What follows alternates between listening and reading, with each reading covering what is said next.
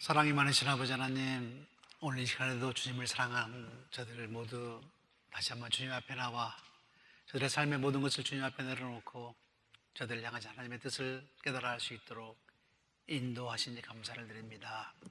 세상에 많은 일들이 있고 우리들의 시선을 끄는 많은 사건들이 있으며 우리들의 마음속에 또 여러 가지 생각들이 많지만은 이 시간 그 모든 것을 접고 주님 앞에 내려놓으며 우리 자신들을 향한 하나님의 놀라우신 사랑을 다시 한번 마음속에 품을 수 있는 믿음의 귀한 자들 하나님 축복하여 주시옵소서. 이 자리에 함께 모여 주님의 말씀을 나누고 말씀을 배우면서 주님의 사람들로, 주님의 제자들로, 주님의 사도들로 변화되는 역사가 있게 하시고 저희를 함께 묶어주시고 주님의 교회로 저들을 축복하신 하나님의 뜻을 이루어드리는 아름다운 교회가 될 수 있도록 인도하시고 저들 모두가 다 함께 주님 안에서 성장하면서 저들의 삶의 모든 것들을 주님 안에서 다시 한번 축복으로 받는 아름다운 믿음의 사람들 될 수 있도록 인도하여 주시옵소서. 이 저녁에 함께 모인 주님의 귀한 아들, 딸들을 축복하여 주시옵소서. 이 자리를 함께하고 싶지만 여러 가지 이유로 나오지 못한 자들 주께서 기억하시고 그들이 어디 있든지 간에 저들을 불쌍히 여기시며 함께 주님의 교회로 모여 함께 성장하면서 주님의 교회가 온전케 되고 또 주님께서 함께 하시는 아름다운 믿음의 삶을 살아갈 수 있는 믿음의 귀한 자들이 넘쳐나는 교회로 하나님 복 내려 주시옵소서. 예수님의 이름으로 기도하옵나이다. 아멘. 오늘은 예고한 대로 제자 공부 마지막, 제자 1의 마지막입니다. 제자 공부는 4권까지 있어요. 4권. 제자 1의 마지막. 오늘 한 다음에 한 2달쯤 쉬었다가 이제 9월 달에 레이버데이 지나고 나면 그때 또 제자 2를 공부하도록 합니다. 제자 1 과정은 성경 전체를 이렇게 훑는 과정입니다. 제자 2는 구약의 창세기와 출애굽기 그리고 그 신약에서 복음서와 사도행전 이렇게 두 가지 책 4개를 가지고 한 1년 동안 공부를 하니까 그 깊이가 좀 깊어지겠죠, 그죠? 제자 3도 마찬가지고 제자 4도 마찬가지입니다. 그래서 여러분이 이제까지 배웠던 성경 공부와는 달리 성경을 가지고 공부하지만은 원래 교재는 이게 교재가 아니고 성경책입니다. 성경책.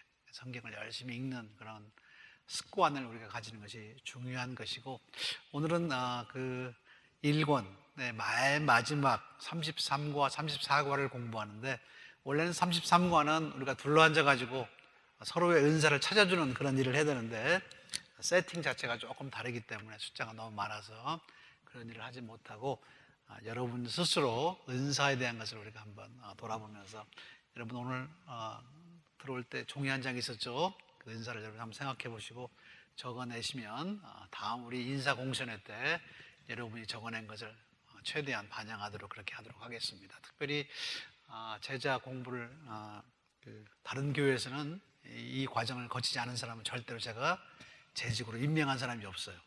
왜냐하면 성경에 대한 공통적인 관점을 가져야 되기 때문입니다. 어떤 사람들은 우리가 숫자가 좀 많다고 이 공부를 제대로 하지 않는 사람이 있는데 이것을 같이 공부하지 못한 사람은 성경을 보는 입장이 다를 수밖에 없습니다. 그래서 같이 일하기가 힘들어요. 이제 어떤 분은 장로님, 권사님들이 이 성경 공부를 자꾸 빠지는데 그리고 그런 공부가 있냐고 물어보는 사람이 요즘에 가끔 있어요. 있었느냐고. 근데 문제가 좀 심각합니다. 그런 분들은 제가 앞으로도 일하기 참 어렵습니다. 제자 2도 마찬가지고 가능하면 여러분이 끝까지 공부를 다 함으로 말미암아 성경을 책을 들면은 이게 어느 부분에서 나온 건지는 그래 알아야지 같이 신앙의 삶을 살아갈 수 있다고 저는 믿습니다. 그런 의미에서 여러분들이 좀 열심을 내시고 굉장히 중요한 공부라는 사실을 여러분이 기억하시기 바랍니다. 자, 오늘 우리가 함께 공부할 33과의 내용, 여러분 내용은 제자가 받은 은사다라고 하는 말로 나와 있습니다. 로마서 12장 4절로 6절 말씀을 적고 있죠. 우리가 한 몸에 많은 지체를 가졌으나 모든 지체가 같은 직분을 가진 것이 아니니 이와 같이 우리 많은 사람이 그리스도 안에서 한 몸이 되어 서로 지체가 되었느니라. 우리에게 주신 은혜대로 받은 은사가 각각 다르니. 자, 세례를 받은 사람은 사실은 모두 사역자입니다. 그러면 보통 교회에서 말할 때 미니스터라는 말을 쓰는데, 미니스터는 누가 미니스터예요? 올 처치 멤버가 다 미니스터입니다. 그 다음에 대표적인 사역을 하는 사람을 우리는 패스터라고 얘기합니다. 목사 이렇게 얘기하고, 미니스터는 에브리바디예요. 우리 아들들한테 물어보면 who's minister 그러면 everybody 그렇게 얘기를 합니다. 여러분 스스로 우리는 전부 서로를 서로에게 미니스터 하는 사람입니다. 사역하는 사람이에요. 하나님이 우리를 함께 묶어준 이유는 서로가 서로에게 영향을 주며 살라라고 했습니다. 하나님이 괜히 여러분의 삶에 여러분을 힘들게 하는 사람, 때로는 여러분에게 도움을 주는 사람을 갖다 놓겠습니까? 아무 영향이 없다라면 그것은 웨이스트, 그냥 허비하는 겁니다. 하나님은 우리들에게 서로에게 미니스터하라, 서로 사역하고 봉사하라는 의미로 사역자라고 하는, 미니스터라고 하는 것을 우리에게 주셨다라고 하는 그런 얘기입니다. 물론 그 미니스터 중에 성례전을 집정하고 그리고 교회의 치리를 담당하고 말씀을 가리키는 일을 삼은 사람을 목사라고 얘기를 합니다. 그래서 보통 사람은 일반 선교를 담당하는 것이고, 또 대표적으로 부르심을 받은 성직자들은 여러분이 잘 아는 것처럼 성례전과 말씀으로 그리고 교회를 치리하는 일을 맡습니다. 자, 그런데 그 부르심은 사실 다르지 않다라고 하는 것이 우리 개신교의 가장 중요한 포인트입니다. 여러분이 캐톨릭 교회에 가면은 교회는 누구들의 모임이에요? 성도들의 모임 같습니까? 아니에요. 교회는 사제들의 모임입니다. 제가 지난번에도 말씀드렸어요. 그런데 개신교는 누구의 모임이에요? 성도들의 모임이에요. 그러니까 목사도 실은 하나의 성도라고 하는 거예요. 예. 그래서 그 직은 다르지만은 그 차이에 있어서 높이가 없다라고 하는 겁니다. 여러분 이것을 잊어버리면 안 돼요. 어떤 사람들은 교회 생활을 하면서 목사한테 잘 보이려고 하는데 잘 보일 필요 없어요. 저한테. 여러분의 저나 똑같습니다. 저도 딱 잘 보일 분 딱 한 분 있어요. 주님밖에 없어요. 주님. 그분밖에 없어요. 여러분. 물론 같이 살면서 좋은 영향을 주면 좋겠지만 그렇다고 제가 여러분에게 잘 보일 이유는 없잖아요. 그죠? 내가 사람들을 좋게 하랴 하나님을 좋게 하라라고 말한다면 저는 하나님을 좋게 하는 일을 택할 거예요. 그렇기 때문에 여러분에게 어떤 때는 섭섭할 수가 분명히 있을 겁니다. 아니 섭섭할 거예요. 틀림없이. 그렇죠? 그렇지만 할 수 없습니다. 그건 왜? 우리의 부르심이 하나님한테 있는 거니까. 이것을 여러분 절대 잊지 말기 바랍니다. 우리는 전부 누구예요? 사역자들이다라고 하는 겁니다. 자, 처음에 우리가 예수를 믿기 전에 우리를 뭐라고 얘기하냐면 자연인이다 그러면 자연인. 내추럴 맨이라고 하는데, 내추럴 맨이라고 하는 말은 남성 중심이기 때문에 틀린 말이 사실은 내추럴 맨카인드 또는 휴먼 이렇게 얘기를 합니다.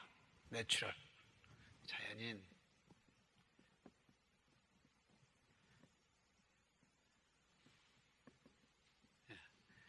자연인이 예수를 믿으면 어떻게 되죠? 성도가 됩니다. 성도. 그죠? 자, 성도라고 하는 무슨 말이에요? 영어로 saint라고 하는 말인데, saint라고 하는 말은 뭐죠? set apart 됐다라고 하는 말이에요. 영어로 set apart. 구분되었다라고 하는 겁니다. 구분되었다. 뭘 위해서? 하나님의 부르심을 받고 구분되었어요. 우리는 세상에 살고 있지만은 세상에서 부르심을 받은 자들이에요. 그래서 함께 모인 자들이 우리를 교회라고 얘기하는 것이고, 성도가 모인 것을 교회다라고 얘기합니다. 그래서 일단 하나님의 부르심을 받고 예스 하고 나온 사람을 우리는 성도다라고 얘기합니다. 여러분도 저도 성도입니다. 그죠? 자, 성도 중에 조금 더 예수가 누군지를 좀 알고 그분한테 배워야 되겠다라고 생각하는 사람은 누굽니까? 제자다. 제자, 디사이플. 제자라고 하는 건 뭡니까? 예수님을 닮아가는 사람입니다. 그렇죠? 굉장히 중요한 말이에요. 닮아가. 그러니까 어떻게 해요? 말이나 행동이나 삶의 모든 마음까지 예수 닮기 원합니다. 우리 찬송 있잖아요. 그죠? 닮아가는 거예요. 처음에는 신자 되기 원합니다. 예수 닮기 원합니다. 그게 뭐예요? 제자가 되고 싶다는 얘기입니다. 그렇죠, 여러분? 이거는 배우는 거예요. 배움. 러닝 프로세스. 배우는 게 말로만 배우는 것이 아니라 몸으로, 행동으로, 더 중요한 건 마음을 배우는 거예요. 여러분, 예수님의 마음을 품는 것, 이거 정말 중요합니다. 그 마음이 없으면 우리는 제자일 수가 없다라고 하는 거죠. 그 다음 제자가 된 다음에 뭐래요? 이제 사도가 되겠어요, 사도. 자, 사도로 하면 말은 뭡니까? 사도로 하면 보내심을 받았다라고 하는 말입니다. sent forth라고 그런 말을 쓰는데, 맨 나중에 여러분 베네딕션 할 때 보내심을 받죠, 그죠? 하나님이 우리를 어떻게 해요? 하나님의 역사의 현장 우리를 보냈을 때, 그때 우리는 사도가 되는 겁니다. 근데 어떤 사람들은 주일날 밥 먹는 것이 급해가지고 축도 안 받고 가는 사람이 있어요. 여기서 끝나려고, 그죠? 끝나면 안 돼요, 여러분. 축도 밥 5분 늦게 먹어도 돼. 아무 상관없습니다. 10분 늦게 먹어도 아무 상관없어요. 베네딕션 끝나기 전에 나가지 마세요. 왜요? 보내심을 받아야죠. 보내심을. 예배가 그냥 여러분들, 어떤 사람은 중간에 들어오고 어떤 사람은 뭐 일찍 나가는데, 예배는 그런 게 아니에요. 예배는 처음부터 끝까지 가능하면 다 드리는 게 중요한 거예요.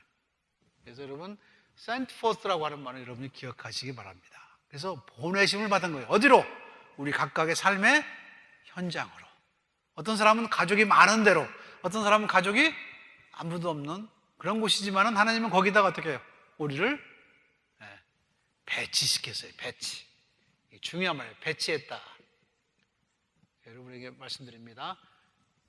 GPS 얘기해서 GPS, God Positioning System. 하나님이 우리를 어떻게 해요? 각각의 자리에다가 우리를 보내셨다라고 하는 것을 여러분 정말 믿어요? 그걸 믿어야 돼. 비록 내 삶이 다른 사람과 비교해서 조금 비참하고 힘들고 어려울지라도 하나님이 나를 거기다가 배치시켰다고 하는 그런 믿음을 가진 사람, 그 사람이 바로 사도입니다. 이렇게 변해가는 거예요. 그런데 그렇다고 해서 꼭 이렇게 해서 이렇게 높아지는 거냐? 높아지는 게 아니에요. 이거는 프로세스입니다. 프로세스. 과정이에요. 과정. 그래서 사실 기독교인들에게 있어서 우리가 가장 잘못된 것 중에 하나가 우리가 뭔가를 이루었다라고 생각하는 사람이 있어요. 여러분, 기독교인이 되는 것은 뭘 이루는 게 아니에요. 삶의 태도를 얘기하는 거예요. 삶의 태도. 그래서 믿음이라고 하는 것은 역동적인 겁니다. 역동적인 거. 내가 뭘 해가지고 뭐 처음에 신도가 되고 집사가 되고 권사가 되고 장로가 되면은 뭘 이루었다고 생각하는데 그 생각을 빨리 지워야 돼. 안 그러면 그것이 자기 발목을 잡아.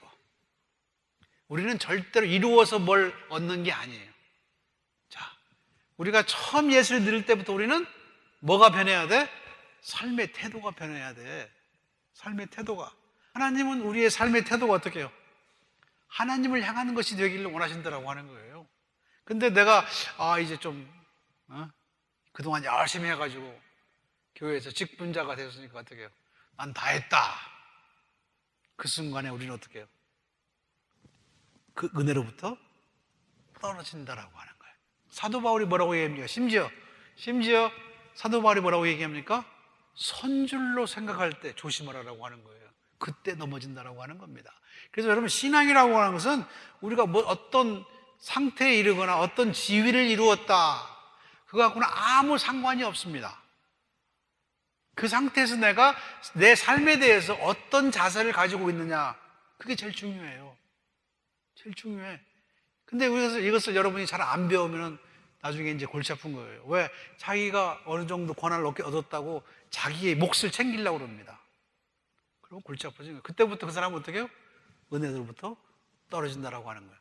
목사도 마찬가지고, 장로님도 마찬가지고, 권사도 마찬가지예요. 내가 권사인데, 내가 장로인데, 내가 목사인데, 그 말을 입에서 내뱉는 순간 은혜로부터 턱 떨어진다라고 하는 겁니다. 그렇죠? 네. 여러분들 조심하시기 바랍니다. 어디 가서든지. 예. 앉아서 밥 받아 먹을 생각하지 말란 말이에요. 가능하면 남 서브하고 먹으란 말이에요. 그게 진짜 신앙입니다. 대접받으려고 하지 마세요. 어디 가서. 문제가 심각하다라고 하는 거예요. 신앙은 여러분 그래서 어떻게 해요? 항상 동적인 거예요. 움직이는 거예요. 내게 이런 어려움이 있을 때, 문제가 있을 때 내가 어떤 마음의 자세를 가지고 어떤 삶의 태도를 가지고 있느냐, 그게 신앙이지. 내가 옛날에 뭐 누구를 안수해서 기적이 일어났다, 그 신앙 아니에요. 내가 한 것도 아닌데 뭐, 그죠? 하나님이 하신 거고 하나님이 크레딧 다 가져갈 텐데 내가 그거 했다고 내가 뭐가 일어납니까? 아닙니다. 절대로. 그래서 신앙은 여러분 항상 움직이는 것이고 절대로 얻었다 함이 아닙니다. 얻었다 함이 아니에요. 사도 바울이 나는 끝까지 어떻게 해요? 표대를 향해서 달려간다 그렇습니다. 죽을 때까지. 한 번도 내가 이루었다고 생각해 본 적이 없다. 그게 진정한 신앙의 태도다라고 하는 그런 얘기입니다. 자, 어쨌든 우리는 가능하면 자연인 여기로는 다시 돌아가면 안 되고, 성도로서, 제자로서, 사도로서 삶을 살아가야 됩니다. 자, 사도라고 하는 말은 보내심을 받았다라고 하는 것이고, 하나님은 우리를 부르셔서, 부르심을 뭐라고 그럽니까? 우리가 소명을 받았다. 그죠? 그러면 보내심을 받은 것은 뭐라고 합니까? 사명을 받았다. 사명. 사명이에요, 사명. 이건 소명. 부르심을 받았다. 다른 거예요. 부르심과 사명은 다른 겁니다. 뭘 하라고, 어떻게 살으려고, 어디로 보내진 것을 우리가 사명을 받았다고 하는 것이고, 내가 하나님 앞에 하나님 나를 부르셨다라고 하는 것은 소명이다라고 하는 겁니다. 이거 헷갈리지 마세요. 소명을 먼저 받습니다. 그렇죠? 근데 소명 받은 다음에 하나님이 우리를 가만 놔둡니까? 아니죠. 꼭 사명을 주신다라고 하는 겁니다. 왜요? 하나님은 스스로 자기 자신에게 뭐가 없어요? 손도 없고 발도 없어요. 여러분과 우리가 어떻게 하나님의 손과 발이 된다라고 하는 거예요. 그래서 사명을 우리에게 주신다라고 하는 그런 얘기입니다. 여러분들 렘브란트라고 하는, 우리 목사님 그림 좀 한번 떼주실래요? 렘브란트. 제가 아까 준 그림.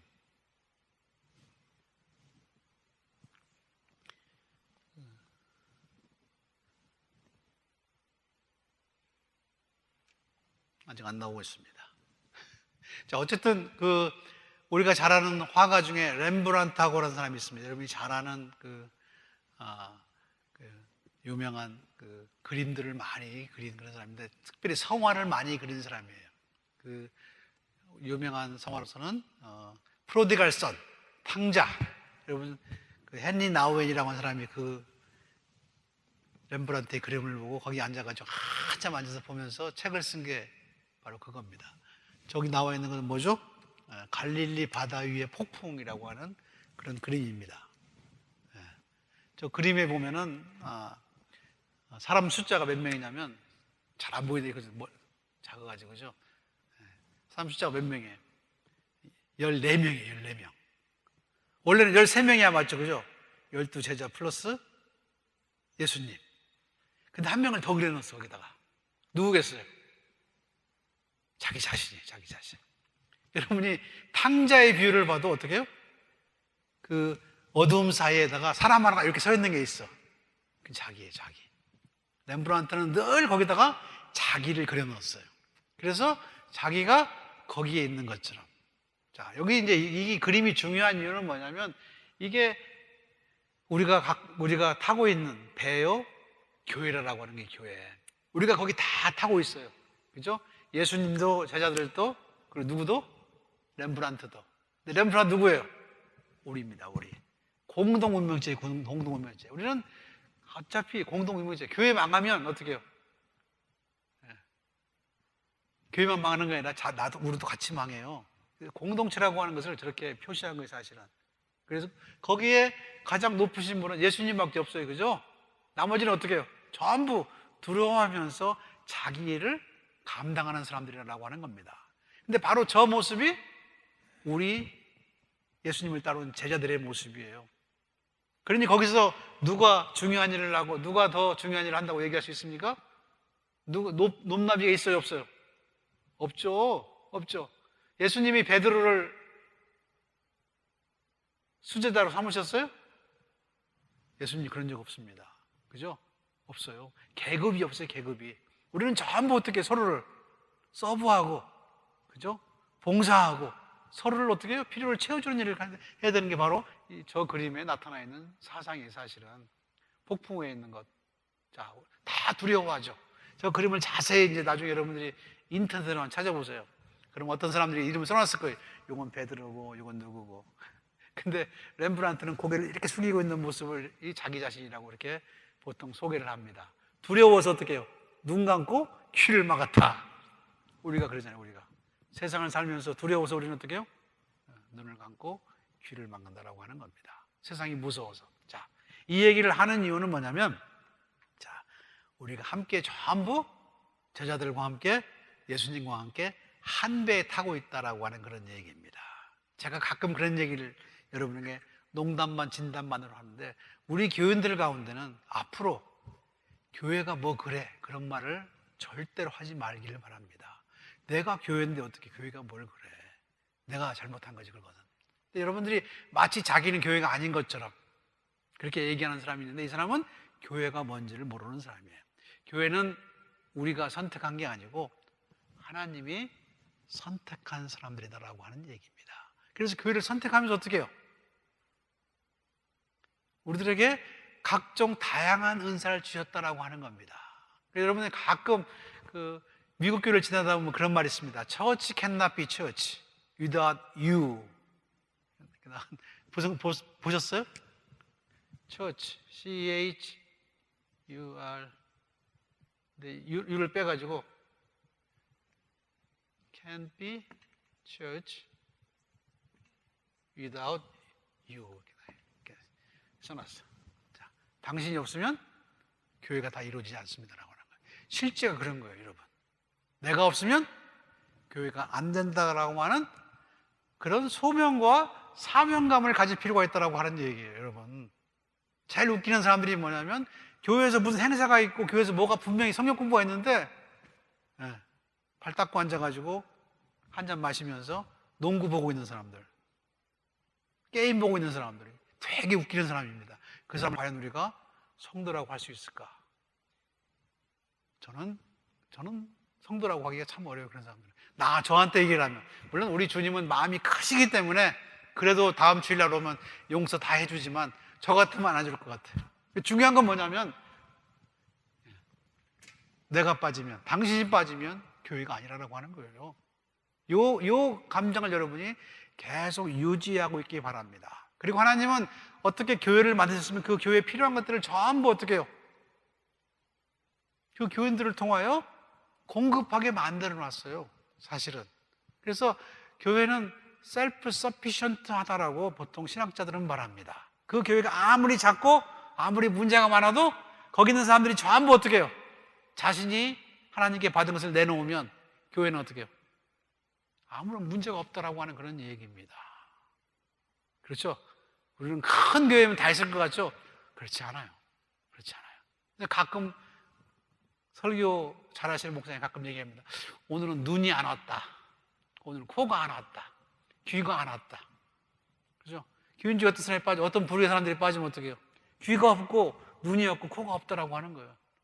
그런 말을 여러분들이 한번 혹시 들어봤는지 모르겠어요. 그렇습니다, 사실은. 우리 중에 누가 빠지면 교회가 다 이루어지지 않는 거예요. 우리 중에 누가 어떻게 자기가 받은 은사를 자기 일을 위해서 뒤로 빼놓거나 없다고 말하거나 나는 모릅니다라고 얘기하면 어떻게 해요? 문제가 심각합니다, 여러분. 그거 아나니아와 삽비라 얘기가 여러분 기억하시기 바랍니다. 우리는 사람을 딜하지 않아요, 절대. 우리는 누굴 딜해요? 하나님을 딜합니다. 얼마나 무서운 말인지 모르겠어요, 사실 이 말이. 우리는 하나님을 딜해요. 비록 앞에서 사람이지만 그 뒤에 있는 하나님을 딜하는 거예요. 그러니까 말을 함부로 하거나 되는 대로 머리에서 생각 안 하고 입에서 내뱉는 사람들, 문제가 심각해요. 자, 아나니아와 삽비라 얘기도 그렇습니다. 왜 그 사람을 죽였어요? 내가 팔아가지고 제가 반 냈습니다. 그러면 어떻게 해요? 죽겠어요? 안 죽겠어요? 안 죽지. 정직하게 제가 아직 욕심이 남아있어서 반은 우리가 가졌습니다. 그럼 박수 치고 똑같이 박수 받았을 거예요. 바나바나 똑같이. 그죠? 자, 이런 거예요, 사실은. 왜냐하면 하나님은 우리 교회에 필요한 모든 것을 우리 교인들에게 전부 주셔가지고 그들이 어떻게 해요? 자원하는 마음으로 시간과 은사와 재능과 이것을 하나님께 드림으로 말미암아 영광 받으시기를 원하신다라고 하는 겁니다. 여러분, 이걸 이 사실을 기억하시기 바랍니다. 영광 돌린다라고 하는 말은 때로는 인간적인 면에서 볼 때는 굉장히 뭐예요? 웨이스트일 수 있어요. 그죠? 제가 다니는 어떤 교회에 그런 사람도 있습니다. 아니, 뭐하러 생활을 매일 드립니까? 웨이스트 아닙니까? 그걸 웨이스트라고 하는 사람의 신앙이 사실은 문제예요. 하나님께 드리는 건 웨이스트예요. 그죠?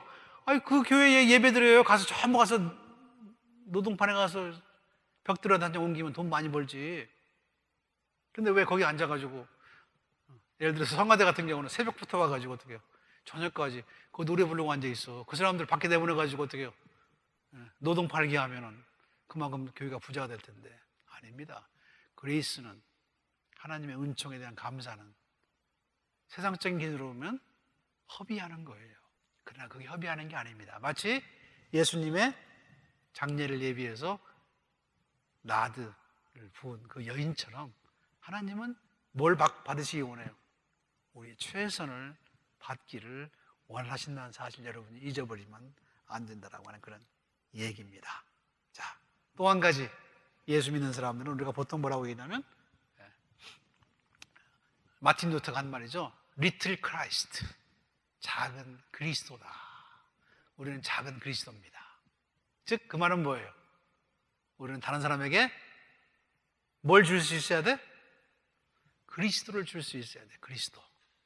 신학교에서 배운 것 중에 하나가 뭐냐면 theology of ministry에 그런 말이 나옵니다. 목사는 다른 사람에게 그리스도를 리프리젠트하는 사람이다. 자, 리프리젠트가 두 가지 뜻이 있어요. 대표하는 것도 있고 다시 선물로 주는 사람이다라고 하는 거예요. 이게 굉장히 중요합니다. 작은 그리스도라고 하는 말은 우리가 서로에게 누가 돼야 돼요? 그리스도가 돼야 돼. 그리스도가. 내 옆 사람이 아프면 어떡해요? 나도 같이 옆에 앉아가지고 같이 눈물 흘릴 수 있어야 된다고 하는 얘기예요. 그 사람이 기쁘면 정말 내일이라는 것처럼 기뻐할 수 있어야 된다고 하는, 그게 그리스도잖아요. 그죠? Represent Christ. 우리는 하나님을 대표하는 그리스도를 대표하는 사람이기도 하고 또 그리스도를 다른 사람에게 제공하는 사람이기도 된다라고 하는 그런 얘기입니다. 자, 그런 의미에서 우리는 그리스도가 살아계심을 느끼게 해주는 사람이어야 된다고 합니다. 서로에게. 그렇죠? 소망이 없고 더 이상 아무런 의욕을 못 느끼는 사람한테 살 수 있는 소망을 주는 건 이건 그리스도가 한 일인데 우리도 그걸 할 수 있으라고 하는 얘기입니다. 여기서 중요한 얘기는 뭐냐면, 자, 하나님이 우리와의 관계에서 우리는 일방적으로 받은 사람입니다. 그렇죠? 은혜를 받았어요. 무조건. 그죠? 아무런 공로 없이. 그런데 그 하나님의 은혜를 갚을 수 있는 방법이 있어요, 없어요? 자, 십자가라고 봅시다. 십자가를 보면은 우리는 일방적으로 받았어요. 근데 하나님께 갚을 수 있는 방법이 없어요. 없어요. 어떻게 할 수 있어요? 우리는 단지 살아있는 사람들한테, 옆에 있는 사람한테 어떻게 해요? 그것을 갚을 방법밖에 없습니다. 여러분, 부모 자식 간의 관계를 얘기하면, 자, 돌아가신 부모님한테 우리가 갚을 수 있어요, 없어요? 없죠? 살아있을 때 갚아요? 무슨 갚기는 뭘 갚어. 거꾸로는 못 갚습니다, 사실. 아무리 효자도 어떻게 해요? 부모의 은혜를 어떻게 갚어? 그럼 우리가 할 수 있는 일은 뭐예요? 우리 부모의 자식들한테 어떻게 해요? 형제 자매 간에 잘 살아야 돼. 그죠? 왜요? 부모가 남긴 건 그거밖에 없으니까. 그죠? 우리 자식한테 잘해야 된다. 그거는 말할 필요도 없고. 자, 우리 부모가 이 땅에 낸 생명들을 어떻게 해요? 나도 똑같이 귀하게 여기고 부모님 사랑한 것처럼 사랑한다는 거예요. 자, 이 말을 여러분 기억하시기 바랍니다. 하나님이 우리를 사랑한다라고 하는 말은 우리가 그 사랑을 어떻게 해요? 서로에게 나누라라고 하는 이 십자가 이게. 그런데 옆에 있는 사람 좀 나쁜 말 나면 꼴을 못 보면 골치 아프죠, 그죠? 좀 다르면 어때요? 좀 이상하면 어떻습니까? 상관없어요. 우리가 하나님 앞에는 어떻게 해요? 잘난 것 같지만 다 이상하거든요. 여러분 거울을 집에 가서 한번 자세히 보시기 바랍니다. 참 이상하게 생겼습니다. 우리 스스로도 참 이상하게 생겼어요. 어떻게 저렇게 생겼어? 물론 겉은 멀쩡한 사람이지만은 속에는 결코 깨끗하지 못합니다. 결코 어떻게 해요? 온전하지 못합니다. 그런데 그 겉만 보고 우리를 사랑하는 것이 아니라 그 속까지로 다 아시는데 그래도 우리를 사랑하는 것을 멈추지 못하신다라고 하는 거예요. 그렇다면 우리는 우리 형제 자매들에게 어떻게 해요? 아무것도 따지지 말고 사랑할 수 있어야 되겠죠? 그 사랑이라고 한다면 주님이 남긴 마지막 말 중에 그겁니다. 서로 사랑하라. 얼마큼 사랑하라고 그랬어요? 내가 너희를 사랑한 것만큼. 그러면 세상 사람들이 너희가 내 제자인 줄 알리라. 자, 그래서 가장 문제가 많은 사람이 누구냐? 교회에서 형제 자매 간에 싸우는 거예요. 하나님 보시기에 얼마나 창피한 일인지 모릅니다.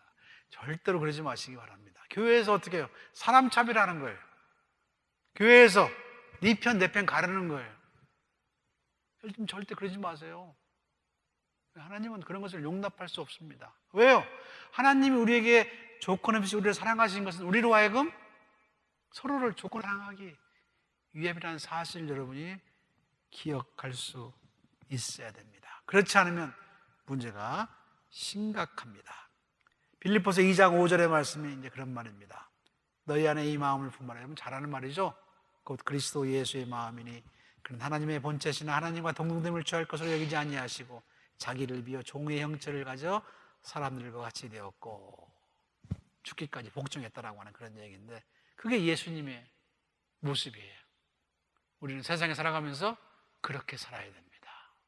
그래서 여러분들이 나중에 복받기 위해서 남을 섬기는 것이 아니라 그것이 예수님이 우리에게 보여준 세상을 이기는 방법이고 사랑하는 방법이다라는 사실 여러분이 기억하시기 바랍니다. 물론 많은 사람들이 종이란 말을 별로 안 좋아할 거예요. 그죠?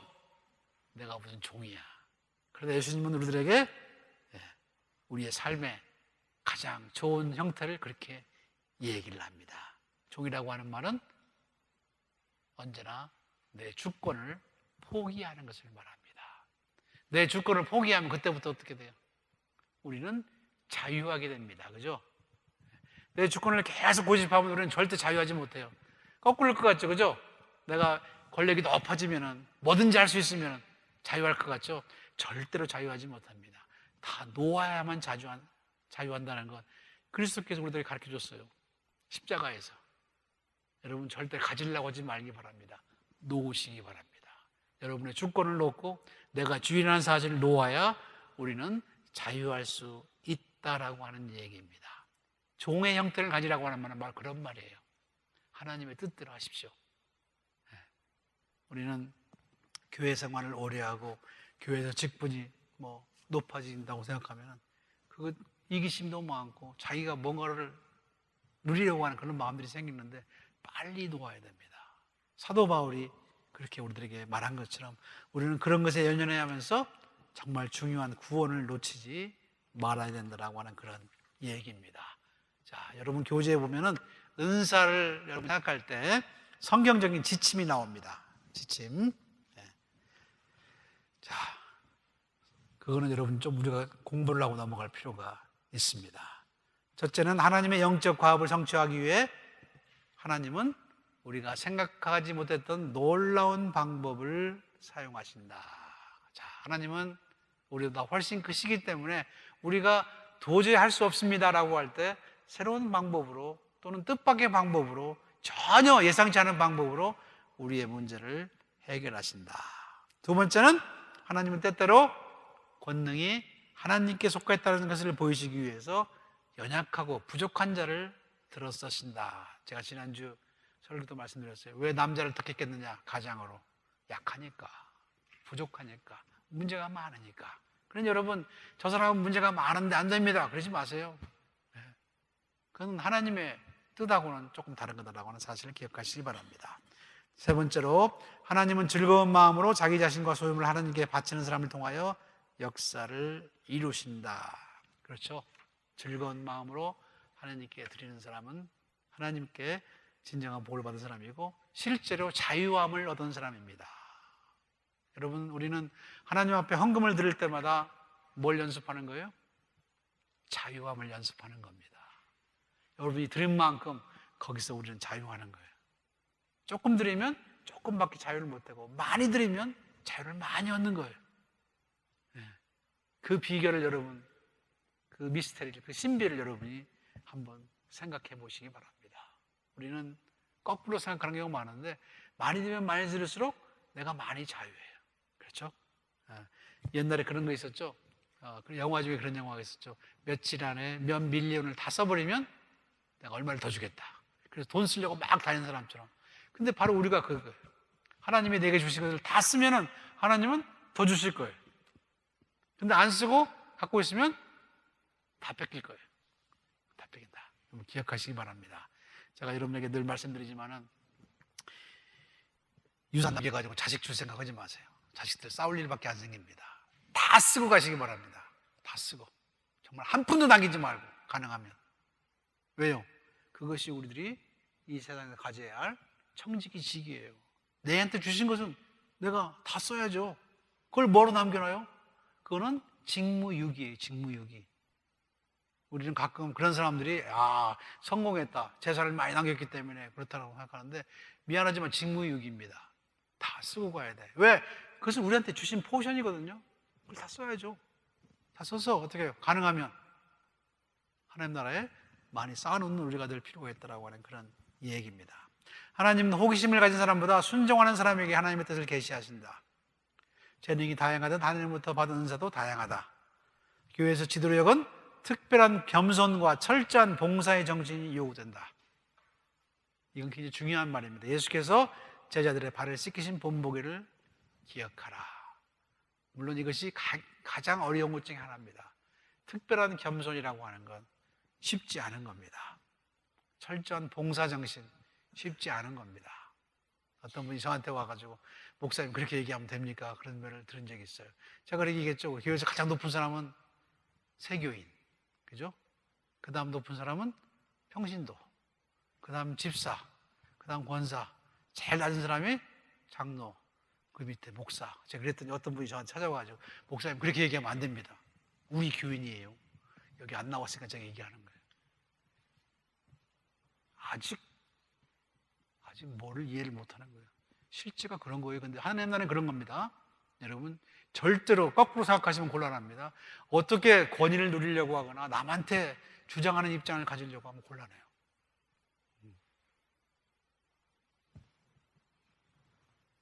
어느 누구도 자신의 힘만으로 영적 활동을 이룰 수 없다. 그렇습니다. 하나님의 역사가 없으면 우리는 쓸 수 없다라고 하는 그런 우리 자신들의 어떤 특별한 자기인식이 있어야 될 필요가 있습니다. 오늘 여러분이 이 자리에 앉아 있는 것도 제가 여러분에게 하나님의 말씀을 가르치고 함께 공부하는 것도 전부 하나님의 힘을 주시기에 가능하다라고 하는 사실을 기억하시기 바랍니다. 하나님이 주시면 넘치게 받을 것이고 앗아가시면 순식간에 날아간다라고 하는 그런 얘기입니다. 그래서 우리 영적인 교훈을 받으려고 하면 장례식에 많이 가봐라 그렇게 얘기를 합니다. 왜냐하면 아무것도 가지고 가지 못한다라고 하는 사실을 기억하라라고 하는 얘기입니다. 어쨌든 하나님은 우리를 다른 은사로 부르셨습니다. 가르치는 사람들은 사도요, 선지자요, 교사들에게는 하나님은 더 많은 책임을 물으시고 더 엄격한 기준이 적용될 것이라는 사실을 기억하면서 우리는 오히려 가르치면서 겸손하고 오히려 주님 앞에서 우리 자신들의 삶을 온전히 바라볼 필요가 있다라고 하는 그런 얘기입니다. 여러분 교재를 읽어보시면 이적을 행하는 자, 병 고치는 자, 돕는 자 라고 생각하는데 사실은 이 순서를 여러분 저는 바꾸고 싶어요. 교회에서 가장 우리가 존경해야 할 사람은 맨 마지막에 나온 돕는 자다라고 저는 믿습니다. 헬퍼. 빚도 없이 이름도 없이 섬기기 때문에 이 사람한테는 뭐가 있을 것 같아요? 하늘에 큰 상이 있을 것이라고 저는 생각을 합니다. 여러분, 그 사도 바울이 은사를 쭉 나열하고 맨 마지막에 얘기하는 사랑이 바로 그런 겁니다. 남을 돕는 것만큼 큰 은사가 없어요, 사실은. 여러분은 그러니까 늘 고민하시기 바랍니다. 내가 누구를 도울까, 오늘은? 이번 주는 내가 누구를 도울까? 그래서 기억하시면서 지난주에 교회 나오지 못한 사람들, 병원에 있는 사람들, 아픈 사람들을 신방하고 그들에게 전화를 해주고 그들을 위해 기도한다고 한다면 여러분은 하나님의 놀라우신 은혜와 사랑을 전부 경험하면서 감사하는 삶을 살아갈 수 있을 것을 믿으시기 바랍니다. 여러분 나눠드린 교재는 집에 가서 작성해가지고 다음 주에 헌금 바구니에 넣든지 오피스에 가져오든지 저한테 주시면 잘 쓰도록 하겠습니다. 자, 시간이 많이 갔습니다. 34관 넘어갑니다. 34관은 최후의 만찬. 우리가 맨 마지막 시간에는 제작 공부의 맨 마지막 시간에는 모여가지고 성찬식을 하면서 이 얘기를 해야 되는데 오늘은 그러지 못하기 때문에 최후의 만찬 성찬에 대한 얘기를 합니다. 자, 성찬이라고 하는 것은 사실은 하나님과의 언약을 기억하는 예식입니다. 하나님과의 언약이 뭡니까? 나는 너의 하나님이 되고 너희는 나의 백성이다 라고 하는 겁니다. 물론 그것이 예수 그리스도를 통해서 다른 방법으로 우리들에게 실현되었다라고 하는 겁니다. 어떻게? 예수께서 자기의 살과 피를 전부 내주심으로 말미암아 그 커비넌트가 어떻게 해요? 그 언약이 아직도 계속 유효하다는 것을 증명하셨다라고 하는 그런 얘기입니다. 근데 이 커비넌트라고 하는 것, 이 언약이라고 하는 것이 우리가 생각하는 계약하고는 조금 달라요. 컨트랙이라고 하는 계약은 한쪽 편에서 깨면 깨지는 겁니다. 그렇죠? 매매 계약 같은 것은 안 사, 그럼 끝이잖아요. 그죠? 근데 이건 어떻게 해요? 안 사, 그게 안 돼. 안 돼. 일단 한번 하나님의 손에 붙들리면 우리가 아무리 놓아도 하나님은 우리를 놓지 않으신다라고 하는 겁니다. 그래서 이게 커비넌트예요. 여러분, 하나님은 우리를 놓지 못하세요. 왜? 그 기분에 뭐가 깔려 있어서? 사랑이라고 하는 게 깔려 있어서. 하나님은 우리를 사랑하시기 때문에 우리를 놓지 못하세요. 그렇죠? 사랑하는 사람은 어떻게 해요? 자기가 사랑하는 사람 중에 가장 약한 부분을 가장 아프게 생각합니다. 그렇죠? 여러분도 마찬가지죠. 자녀를 키우거나 여러분 주변의 친구들 중에서 어떻게 해요? 가장 아픈 사람이 가장 마음이 아프잖아요. 그죠? 그런 것처럼 하나님은 바로 가장 약한, 누가 가장 약해요? 하나님의 사람 중에 누가 제일 약해요? 내가 제일 약하지. 내가 제일 약합니다. 내가 제일 약해요. 그러니까 하나님의 관심은 어디에 있어요? 늘 나한테 있어요. 나한테. 어느 불쌍한 과부나 어느 불쌍한 누가 아니라 하나님은 제일 불쌍한 나한테 있어요. 하나님은 내가 아침에 일어나서 어떻게 해요? 하나님 감사합니다. 새로운 하루 주셔서. 그때부터 시작해서 맨 자기 전에 Thank you Lord, I'm going to sleep. 그때까지 어떻게 해요?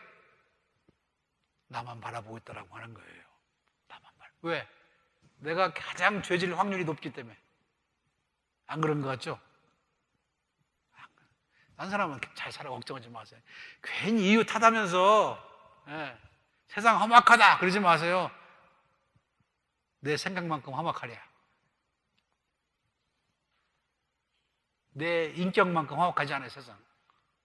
꼭 내가 생각한 만큼 험악합니다. 이런 고마를 여러분이 기억하시기 바랍니다. 세상이 얼마나 험악하냐고요? 내가 생각한 것만큼. 세상은 잘 돌아가요. 하나님이 계시니까. 가장 큰 문제는 뭐예요? 나예요, 나. 내가 아침에 일어나서 무슨 생각을 하고, 내가 아침에 무엇을 먹고, 무엇을 먹으면서 누구를 욕하고, 누구를 비난하고, 세상에 거기다가 허공을 향해서 한숨을 푹 쉬고 나면 저쪽에서 하나님이 어떻게 할 것 같아요? 하나님도 한숨을 푹 쉬시겠죠, 그죠? 아이고, 저걸 어떻게? 그 하나님을 여러분이 만나야 돼요. 그 하나님과 여러분 대화해야 됩니다. 그 하나님이 있음을 기억해야 돼요. 자, 그런데 그걸 못하니까 어떻게 해요? 할 수 없이 한 달에 한 번씩 성찰을 하면서 기억하게 하시는 거예요. 하나님이 나를 사랑하셔서 어떻게 해요?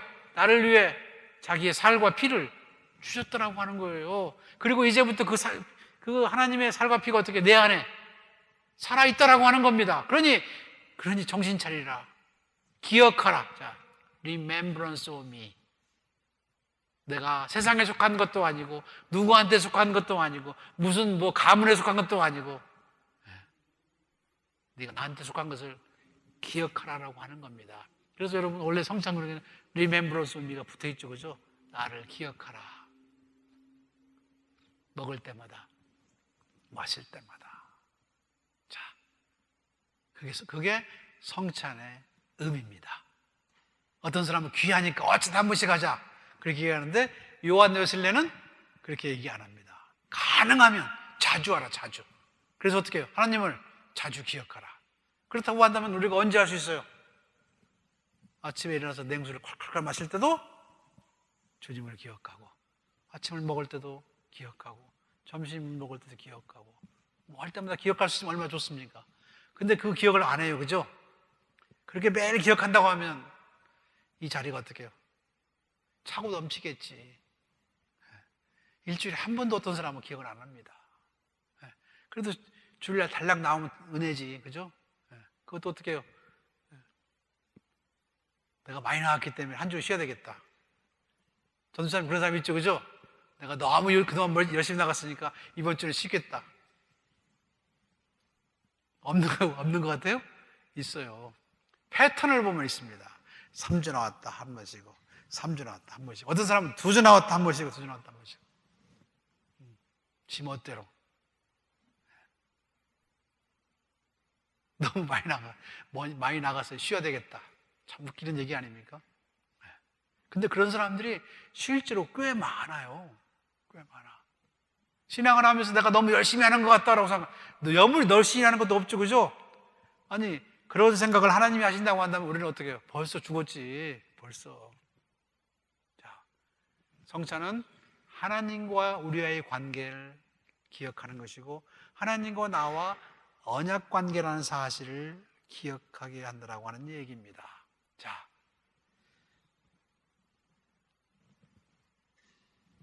사실 우리가 세상에서 그 일을 모두 할 수 있으면 참 좋은데 그걸 잘 못하죠, 그죠? 그래서 우리는 가끔 한 번씩 성찬을 통해서 우리가 누구인가를 기억하는 겁니다. 제작 공부를 시작하면서 제가 여러분에게 기도할 때 3가지를 꼭 기억하다라고 했는데 잊어버렸을 거야 아마. 그래서 다시 한번 리마인드 합니다. 그건 숙제에 나오니까 시험 볼 때 나옵니다. 나중에 시험 볼 때. 첫째, 나는 누군가. 둘째, 하나님은 어떤 분이신가. 셋째, 그 하나님하고 나하고 도대체 무슨 관계인가. 그것만 생각하면 여러분 기도 반쯤 끝난 거예요, 그죠? 그 하나님하고 나하고 무슨 관계인가 라고 하는 거예요. 그게 바로 뭐예요? 성찬이고, 그게 바로 예배고, 그게 바로 신앙의 삶입니다. 여러분 기억하시기 바랍니다. 하나님을 기억하는 것이야말로 가장 중요한 우리들의 삶의 순간이고 중요한 목적이고 그리고 삶의 수단이라는 사실을 기억하는 것, 이것이 우리에게 주어진 성만찬이고, 최후의 만찬은 그래서 우리들에게 하라고 가르쳐준 그런 내용입니다. 자, 그래서 그런 걸 잘 못하기 때문에 감리교인들은 모여가지고 일주일에 한 번씩 뭘 했어요? 모여서 서로의 잘못을 지적하고 서로 용서해 주는 걸 했어요. 그래서 그 사람들이 규칙적으로 모여서 어떤 방법론을 가지고 자신들을 깨끗하게 하는 것, 성화의 과정을 갔기 때문에 메소디스트다라고 하는 말을 들었습니다. 맨 처음으로 감리라고 하는 말이 어려운 말이지만 실제로는 규칙쟁이들이라는 말이에요. 규칙쟁이. 규칙을 굉장히 엄수하는 사람들.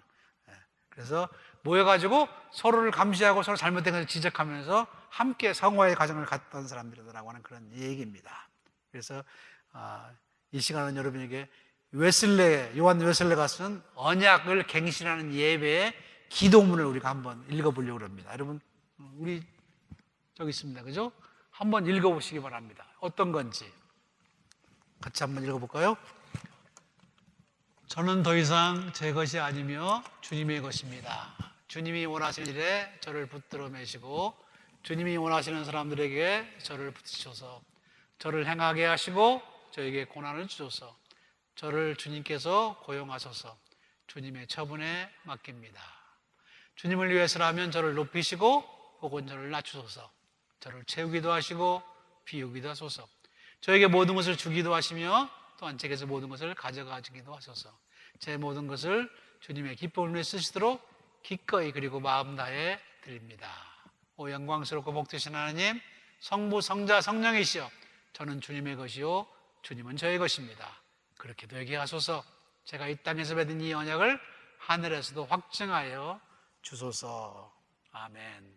자, 요한 웨슬리는 신년에 되면은 항상 이 언약 갱신 예배를 드렸습니다. 우리도 이제 한 번씩 그려볼 생각이에요. 그러면서 하나님과의 언약을 우리가 어떻게 새롭게 리뉴했다라고 하는 겁니다. 사실 성찬은 그런 의미고 그리고 우리의 예배도 그런 것의 의미를 가지고 있습니다. 그러니 가능하면 어떻게 해요? 빠지지 않고 나와서 분명히 제가 교회 처음 다닐 때는 그랬는데 아프고 힘들면 더 교회 열심히 나와야 된다.